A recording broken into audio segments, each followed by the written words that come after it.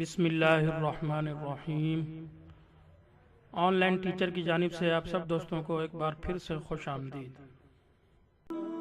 محترم خواتین حضرات، آج کل کے اس معاشرے میں ایسے افراد کی تعداد بہت ہی زیادہ بڑھتی چلی جا رہی ہے جو یہ چاہتے ہیں کہ بیٹا اور بہو دونوں کمائیں، یعنی آج کل کے دور میں عورتوں کا مکان میں رہنا برا ہو گیا ہے۔ گھر میں پردے کے ساتھ بیٹھنے والی عورت کو بیکار سمجھا جاتا ہے، اور جو عورت باہر طوائفوں کی طرح بے نقاب ہو کر گھومتی پھرتی ہے اور دوسروں کے دلوں کی دھڑکن بنتی ہے، اس کو چالاک اور سمجھدار مانا جاتا ہے۔ اور آج کل کے دور میں بہو کا ایماندار ہونا، شریف اور نیک کردار ہونا، اس کو کوئی وقت نہیں دی جاتی، بلکہ اگر بہو انجینئر ہو، ڈاکٹر ہو، عہدیدار ہو یا اچھی تنخواہ والی ہو تو اس صورت میں اس کو بہت زیادہ عزت دی جاتی ہے۔ انسان کو اس عظیم بربادی اور خطرناک برائی سے بچنے کے لیے اللہ پاک نے عورت کی پوری ذمہ داری مردوں پر ڈال دی۔ وہ کیسے؟ کہ شادی سے پہلے باپ کو اس کا کفیل بنایا اور شادی کے بعد شوہر کو اس کا کفیل بنایا۔ بلکہ امام اعظم ابو حنیفہ رحمہ اللہ فرماتے ہیں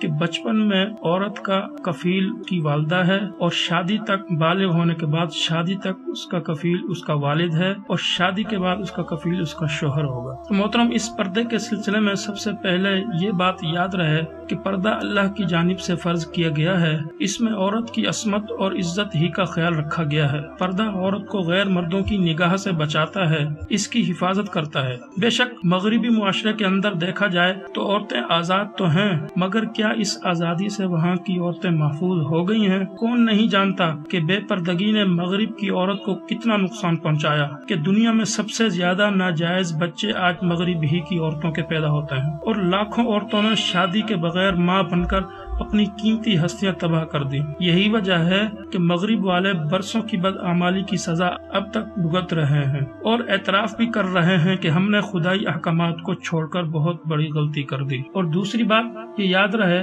کہ عورتوں کا اجنبی مردوں سے پردہ کرنا اور اجنبی مردوں کے ساتھ عورتوں کا بے تکلف اور ملاقات اور اختلاط نہ کرنا یہ کوئی آج کی بات نہیں، بلکہ عورت کے اندر یہ مادہ فطرتی طور پر موجود ہے۔ یہی وجہ ہے کہ حضرت آدم علیہ السلام اور حوا علیہ السلام نے جس وقت ممنوع درخت کو کھایا تھا تو اس وقت جنتی لباس اتار لیا گیا تھا اور ان کا سطر کھل گیا تھا، لیکن اس کے باوجود حضرت آدم اور حوا علیہ السلام نے اپنے سطر کو ڈھانپنے کے لیے پتے استعمال کیے تھے، یعنی وہاں بھی انہوں نے اپنے سطر کو ڈھانپ لیا تھا۔ اور حضرت انس رضی اللہ تعالیٰ عنہ فرماتے ہیں کہ پردے کی اس آیات کی حقیقت سے میں سب سے زیادہ واقف ہوں، کیونکہ یہ آیات جس وقت نبی صلی اللہ علیہ وسلم پر نازل ہوئی اس وقت میں بالکل سامنے موجود تھا۔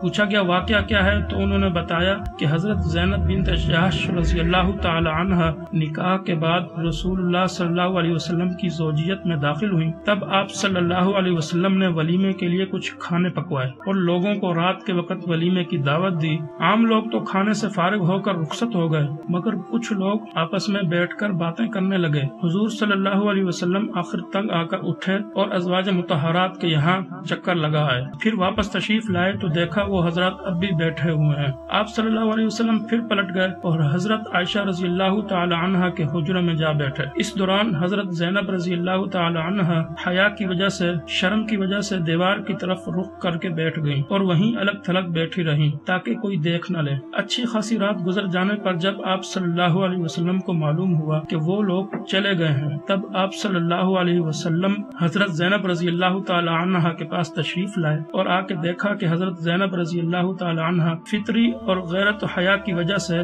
دیوار کی جانب منہ کیے بیٹھی ہیں۔ تو حضرت انس رضی اللہ تعالی عنہ فرماتے ہیں کہ اس واقعے کے بعد پردے کی آیات نازل ہوئی۔ حضرت صلی اللہ علیہ وسلم نے ہمیں پڑھ کر سنایا، پھر سب سے پہلے ازواج مطہرات کے گھروں کے دروازوں پر پردے لٹکائے گئے، اور چونکہ حضور صلی اللہ علیہ وسلم کا گھر تمام مسلمانوں کے لیے ایک نمونہ تھا، اس لیے تمام مسلمانوں کے گھروں پر بھی پردے لٹکائے گئے۔ تو سامعین، مذکورہ حدیث نے پردے کی اہمیت اور اہتمام کو کس قدر روشن طریقے سے بیان کر دیا